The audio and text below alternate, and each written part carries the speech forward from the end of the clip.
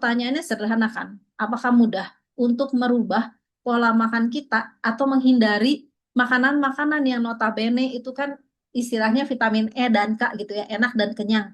Pertanyaannya semudah itukah untuk, wah tahu nih, wah bahaya nih kalau saya sering makan kayak gini, nggak mau dong kena serangan jantung, nggak mau dong kena sampai diabetes, sampai apa namanya, sampai kena stroke, amit-amit gitu ya.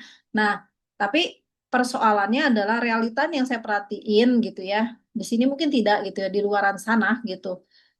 Udah tahu, tapi begitu praknya, begitu lihat, begitu buka ini aja atau jalan sering aja, makanan yang ditawarkan umumnya sekarang teman-teman tahu lah ya, lebih ke junk food atau lebih ke makanan alami sehat. Rata-rata ya lidah masih butuh dipuaskan, apalagi kalau stres katanya gitu ya. Nah, tapi persoalannya apakah kita siap dengan resikonya? Ya nggak siap juga gitu ya kalau dikasih gitu ya. Nah, untuk itu eh, dan mungkin sudah mulai ada peradangan-peradangan yang terjadi gitu ya, udah mulai ketidakenakan muncul juga gitu kan. Nah, makanya kalau kita makan makanan yang alami itu tentu butuh waktu untuk membenahi lagi, butuh waktu lebih panjang lagi. Beda kalau kita di kondisinya memang kondisinya benar fit, sehat gitu ya. Artinya dengan kita terus makan hanya itu saja itu udah cukup gitu. Tapi kalau kondisi kita udah cukup ngalamin masalah-masalah yang kita sendiri udah mulai nggak nyaman gitu ya. Nah, persoalannya apakah dengan makanan yang istilahnya notabene tadi kita bilang alami, cukup nggak sih waktunya untuk cepat membenahi? Nah, makanya kita perlu banget sebetulnya di era zaman teknologi modern, saya bilang bersyukur dengan ada teknologi sekarang gitu ya, kita bisa menikmati sumber-sumber alami, tapi dengan teknologi yang dibikin super canggih gitu ya, sehingga penyerapannya, cara kerjanya, itu bisa sangat-sangat membantu untuk apa ya, kecepatannya istilahnya gitulah ya, gitu. Nah, jadi di sini yang berkaitan dengan nutrisi pendukung kesehatan pembuluh darah itu kita pakai dari perusahaan Atomi ya, di mana Atomi itu bekerja sama dengan KRI dan bekerja dengan Kolmar untuk menghasilkan satu produk yang secara herbalnya benar-benar herbal yang unggul, herbal yang kualitasnya bagus gitu ya. Tapi disertai juga teknologi ya, sehingga untuk penyerapan waktu kita makan tubuh bisa benar-benar memanfaatkan secara maksimal. Nah, ini saya akan jelaskan beberapa hal aja, yaitu salah satunya hemohim ya. Nah, hemohim mungkin teman-teman udah tahu ya, di sini hemohim itu ada 3 senyawa aktif, yaitu Angelica giga, Cnidium officinale, dan Paeonia japonica ya. Nah, ketiganya itu kok teman lihat persatu mereka fungsinya sangat banyak banget gitu ya untuk kesehatan kita secara keseluruhannya. Nah, tapi berkaitan, saya akan berbicara berkaitan dengan melancarkan sirkulasi darah, membenahi sirkulasi darah kita, yaitu di sini bisa memperbaiki mikrosirkulasi darah, kemudian mengurangi kekentalan darah ringan, membantu darah mengalir lebih lancar. Ya, dan ini akan berdampaknya apa? Mengurangi resiko penumpukan di pembuluh darah. Ya, ingat ya, kalau kita banyak tumpukan, wah itu makin resiko terjadi banyak masalah di organ tubuh kita ya. Nah, kemudian kandungan antioksidannya bisa membantu menurunkan stres oksidatif ya, karena radikal bebas, stres oksidatif itu kan radikal bebas ya. Radikal bebas itu bergabung dengan yang tadi unsur-unsur pembentuk plak tadi itu akan bikin luka gitu ya ke pembuluh darahnya kita. Nah, makanya antioksidan itu melindungi, jadi melindungi dinding pembuluh darah, nah membantu pembuluh darah tetap elastis. Kemudian mendukung sistem imun dan pemulihan sel, ya ini yang terutama ya, fungsinya hemohim itu kan modulasi imun, dan otomatis terjadi pemulihan sel juga sehingga tubuh itu bisa lebih baik memperbaiki jaringan-jaringan yang tadi udah rusak gitu ya. Kemudian fungsi pembuluh darahnya sehingga dapat terjaga lebih baik. Nah, efek antioksidannya juga mencegah oksidasi kolesterol LDL ya. Tadi yang bikin jadi plester itu yang LDL ya teman-teman, yang memicu pembentukan plak. Nah, itu fungsinya hemohim. Nah, kemudian yang kedua adalah produk Hong Samdam. Hong Samdam itu sebetulnya kalau teman-teman kenal itu adalah ginseng merah gitu ya. Nah, ginseng merah ini adalah ginseng yang kalau zaman dulu itu dipakai hanya oleh raja-raja gitu ya, kerajaan-kerajaan raja-raja di Korea sana gitu ya. Jadi makanan yang benar-benar makanan herbal sehat untuk mereka yang bisa konsumsi. Tapi hari ini kita juga bisa mengkonsumsi makanan-makanan raja tadi gitu ya. Nah, yang pertama Hong Samdam itu adalah tujuannya yang terutama kenapa kita ambil yang atomi gitu ya. Karena kandungan ginsenoside-nya itu lebih tinggi daripada kandungan ginsenosid di ginseng-ginseng yang lain. Nanti teman-teman bisa coba cek ya. dan harganya jauh lebih mahal yang lain ya. Nah, ini tujuannya adalah apa? Membantu pelebaran pembuluh darah ya. Dengan gimana caranya? Dengan merangsang pelepasan nitrik oxide ya. Jadi tadi orang-orang yang punya masalah penyakit jantung biasanya, serangan jantung kayak gitu, mereka tuh sangat kekurangan banget yang namanya nitrik oxide ya. Dengan Hong Samdam ini menambah nitrik oxide untuk rileks dan melebarkan pembuluh darah sehingga darah lebih lancar ya. Kemudian membantu mengurangi peradangan. Sumbatan dimulai dari peradangan pada dinding pembuluh darah. Nah, ginseng merah punya efek antioksidan yang membantu melindungi dinding pembuluh darah, mengurangi stres oksidatif yang memicu plak. Kemudian membantu sama ya, kurang lebih membantu sirkulasi darah, memperbaiki mikrosirkulasi darah, kekentalan darah juga dikurangi, meningkatkan suplai oksigen ke jaringan ya. Kemudian, nah ini mendukung energi dan daya tahan tubuh. Jadi mengurangi kelelahan, stamina-nya juga lebih baik, membantu tubuh pulih saat stres atau kurang tidur. Nah, ini kalau kurang tidur bisa nggak bantu ya, tapi bukan berarti jadi terus-terusan kurang tidur ya, tetap tadi tidur harus dibenahi. Nah, kemudian ada atomi organik fermented noni ya. Nah, ini dibuat dari buah mengkudu yang difermentasi selama 1800 jam sehingga kandungan nutrisinya itu dengan cara difermentasi itu lebih mudah diserap oleh tubuh ya. Nah, kemudian produk ini juga kaya yang namanya antioksidan, fitonutrien, vitamin, dan mineral alami, dan hasil fermentasinya menghasilkan 7 jenis produk yang mendukung kesehatan usus. Nah, kalau di sini dia kerjanya sama berkaitan dengan menjaga elastisitas pembuluh darah, ya, yaitu dengan senyawa scopoletin dan antioksidannya itu membantu membuat pembuluh darah itu lebih rileks, elastis. Karena tadi ya teman-teman, kalau mulai ada penyumbatan, itu hampir rata-rata pembuluh darahnya jadi nggak elastis lagi gitu ya. Makanya itu membuat tekanan darah juga menjadi tidak normal, lebih ke tinggi gitu ya. Kemudian, nah ini kan membantu menormalkan aliran darah. Terus mengurangi peradangan pada pembuluh darah. Nah, peradangan kronis di pembuluh darah, ya ini selalu diulang-ulang ya. Jadi kita paham apa yang menyebabkan karena peradangan kronis ya. Nah, di sini butuh antioksidan dan polifenolnya itu melawan radikal bebas, mengurangi stres oksidatif yang merusak pembuluh darah, sehingga menurunkan resiko terbentuknya plak. Ingat ya, ini plak ini dari luka dan plak ini istilahnya yang kayak jadi trigger untuk akhirnya bikin penyumbatan-penyumbatan ya. Nah, kemudian meningkatkan vitalitas dan energi, mendukung detoksifikasi dan metabolisme tubuh. Jadi bikin sirkulasi lebih baik, membantu jaringan tubuh dapat oksigen lebih optimal. Nah, tapi atom ini kalau ini termasuk kita butuh, kalau punya masalah pembuluh darah itu kita butuh yang ternyata yang namanya juga probiotik ya teman-teman. Tadi kan di awal udah dijelasin ya. Dan noni ini ada kandungan probiotiknya. Selain antioksidannya yang bagus banget ya. Manfaatnya banyak. Jadi kalau saya sebutkan tadi hemohim, hongsamdam, noni itu semua sebenarnya manfaatnya tuh bukan cuma pembuat, cuma yang hari ini kita bahas berkaitan dengan ke apa sih efek ke pembuluh darahnya terutama gitu ya. Nah, ini probiotik 10 plus sebetulnya bisa juga pakai SCI microbiome ya. Nah, itu membantu kesehatan pembuluh darah sebenarnya secara nggak langsung ya.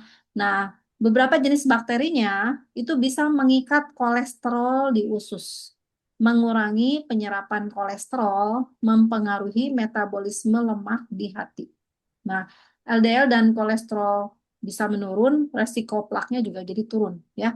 Mengurangi peradangan kronis, yaitu menurunkan stres oksidatif, membantu peradangan sistemik, membantu menjaga fungsi endotel atau lapisan dalam pembuluh darah. Nah, kemudian membantu regulasi tekanan darah, yaitu dengan cara meningkatkan produksi nitrik oxide ya. Kemudian membantu pembuluh darah lebih rileks, menurunkan tekanan darah pada sebagian orang. Jadi bukan artinya otomatis probiotik menurunkan tekanan darah yang udah normal ya teman-teman, tapi untuk yang ini dia bisa membantu menurunkan tekanan darah untuk orang-orang yang punya masa tekanan darah tinggi. Nah, jadi usus sehat itu penting banget karena akan mendapatkan metabolisme lemak lebih baik. Nah, bikin apa? Bikin peradangan berkurang. Akhirnya pembuluh darah jadi lebih sehat. Ya tadi walaupun secara nggak langsung ya. Nah, satu lagi yang kita butuhkan adalah tadi ya, kita butuh asupan omega 3. Nah, kalau kita sulit dapatkan dari ikan-ikan, apalagi kalau teman-teman, aduh, nggak suka banget ikan gitu ya, misalnya gitu. Terus makan ikannya jumlahnya juga harus cara-cara cara memasaknya gitu ya, cara menyajikannya berapa banyaknya juga itu kan akan mempengaruhi gitu ya, untuk jumlah omega 3-nya apakah kita bisa dapat seperti yang diharapkan atau enggak, EPA, DHA-nya tadi gitu ya. Nah, Jadi omega 3 sendiri adalah apa? Untuk meningkatkan HDL tadi ya. Jadi untuk mengangkut kembali kolesterol yaitu LDL yang ada di pembuluh darah itu kembali ke organ liver untuk diolah kembali. Kemudian mengurangi pembentukan plak yaitu dengan cara menurunkan trigliserida ya karena itu plak ya sebetulnya mengurangi peradangan di pembuluh darah ya sebagai antiinflamatori tadi. Kemudian membantu darah tidak terlalu kental, mengurangi kecenderungan penggumpalan darah, membuat aliran darah lebih lancar, menjaga elastisitas pembuluh darah. Jadi menjaga lapisan dalam pembuluh darah atau endotel, membuat pembuluh darah itu lebih fleksibel dan sehat. Nah, kalau untuk omega 3-nya teman-teman bisa pilih ya. Di sini Atomi punya beberapa pilihan. Bahkan untuk anak-anak juga ada tersendiri ya. Anak-anak tersendiri. Terus di sini ada omega. Kalau buat yang apa yang teman-teman yang muslim sekarang pilihannya hanya ini ya teman-teman vegetable alga omega 3. Ini halal. Tapi kalau yang lain-lain ini udah termasuk nggak halal ya. Jadi untuk teman-teman yang muslim pilihannya adalah vegetable alga omega 3 ini ya. Nah, nanti teman-teman bisa pelajari semuanya empat-empatnya omega 3 yang memang punya kualitas yang bagus gitu ya. Nah, untuk kelebihannya nanti teman-teman tinggal pilih aja ya, nanti tinggal ditanyakan. Nah, satu lagi ini bisa jadi pilihan juga untuk pembuluh darah kita sehat yaitu Atomi pomegranate jelly ya. Nah, Atomi pomegranate jelly adalah buah delima. Ya, buah delima itu kaya polifenol yaitu allergic acidnya. Nah, di sini dia lebih sifat antioksidannya tuh antioksidan yang tinggi gitu ya. Antioksidan yang sangat kuat sehingga bisa mampu melindungi dinding pembuluh darah, mengurangi radikal bebas, melindungi dinding pembuluh darah dari kerusakan, mengurangi oksidasi kolesterol LDL. Nah, kemudian membantu menjaga elastisitas pembuluh darah, ya, membantu meningkatkan nitric oxide yang membuat pembuluh darah lebih rileks, lebih melebar, aliran darahnya lebih lancar, membantu menurunkan peradangan pembuluh darah. Polifenol dalam pomegranate membantu menurunkan peradangan dan stres oksidatif. Nah, di sini juga saya nggak jelasin ya, kalau buat perempuan pasti senang banget ya, karena buat kulit, terus buat hormon, keseimbangan hormon untuk pria dan wanita juga gitu ya. Nah, tapi di sini saya lagi-lagi fokusnya adalah kaitannya dengan pembuluh darah. Nah, jadi teman-teman, kesimpulannya adalah ya, jaga kesehatan pembuluh darah itu gimana caranya? Kita harus ingat pertama, penyumbatan itu bukan melulu kolesterol atau lemak ya teman-teman, tapi ada hal-hal lainnya ya. Kemudian kita juga harus sadar bahwa terjadinya nggak instan, walau serangannya instan. Ya, contoh kayak serangan jantung gitu ya, terjadinya instan kan. Tapi sebetulnya itu sudah terbentuk sekian lama, bahkan mungkin puluhan tahun yang nggak sadar. Kemudian masalah pembuluh darah karena kebiasaan terus-menerus atau proses yang panjang tadi. Nah, terus tubuh kita, teman-teman, tapi kabar baiknya adalah tubuh kita mampu meregenerasi vaskular kita. Ya, jadi tubuh kita tuh dikasih kemampuan untuk meregenerasi. Nah, bagaimana cara mengaktifkan lagi untuk kita bisa aktif meregenerasi, memperbaiki lagi? Ya, ini tadi ya, saya kasih kesimpulannya. Pertama, nutrisi yang tepat, ya, terus sambil hindari makanan-makanan atau hal-hal yang memicu radikal bebas tadi. Kemudian bergerak aktif, bernafas dengan benar, yaitu paling gampang bernafas lewat hidung, keluar pokoknya pakai hidung gitu ya, bukan pakai mulut gitu ya. Itu yang simpelnya. Kemudian tidur cukup berkualitas, mengelola stres dengan benar, dan jaga sirkulasi limfatik selain sirkulasi darah. Nah, satu lagi saya mau kasih kesimpulan aja ya. Jadi sebetulnya kalau di itu kan tadi teman-teman kan, oh mirip-mirip sih gitu ya antara beberapa produknya gitu ya. Nah, kalau saya boleh bantu untuk menyimpulkan gitu ya, apa sih perannya masing-masing si nutrisi dari Atomi tadi gitu ya. Pertama yaitu probiotik. Walaupun tidak secara langsung, tapi kesehatan itu dimulai dari usus ya teman-teman. Nah, dia menimbang bakteri usus, membantu metabolisme lemak dan gula ya, karena gula itu ya salah satu yang bisa bikin resisten insulin kalau berlebihan, maksudnya gitu ya. Nah, dengan makan probiotik itu membantu untuk metabolismenya. Kemudian membantu sehingga mengurangi peradangan, karena gula itu yang bikin juga sebetulnya radang ya teman-teman. Kemudian membantu penyerapan nutrisi lebih baik. Nah, usus sehat, metabolisme kolesterol juga lebih baik. Kemudian apa sih kerjaan kalau hemohim? Hemohim itu untuk memperkuat sistem imun dan stres oksidatif. Jadi radikal bebas yang sudah banyak numpuk di pembuluh darah kita itu dengan adanya hemohim itu istilahnya jadi menetralisir si radikal bebasnya tadi, sekaligus juga imun kita yang ngedrop karena banyak peradangan di mana-mana tadi, termasuk di pembuluh darah, itu jangan sampai tambah ngedrop akhirnya membuat tubuh kita rumah sakit. Makanya sistem imunnya perlu banget dijaga dengan hemohim ini, gitu ya. Kemudian apa kerjanya Hong Sandam? Kalau Hong Sandam itu melancarkan sirkulasi darah, terus membantu pelebaran pembuluh darah dan staminanya. Nah, kalau atomi pomegranate itu sendiri adalah perlindungan dinding pembuluh darah dan elastisitas pembuluh darahnya. Nah, omega 3-nya untuk meningkatkan lemak baik gitu ya, lemak HDL-nya untuk metabolisme lemak tadi gitu dan berkaitan dengan pencegahan plak. Nah, itu aja teman-teman yang bisa saya sampaikan berkaitan dengan pembuluh darah dan bagaimana kita menjaga sistem pembuluh darah kita itu biar tetap bisa, kalau yang udah mulai ini tidak bertambah rusak, kalau yang sudah mengalami hal-hal yang itu bisa makin apa bertahap bisa berkurang gitu ya. Oke, sekian penjelasan dari saya. Sekali lagi sehat itu anugerah, tapi jangan sampai sehat itu kita sia-siakan dengan kita tanpa sadar gitu ya dengan keseharian yang kita lakukan. 구독, 좋아요 눌러주세요.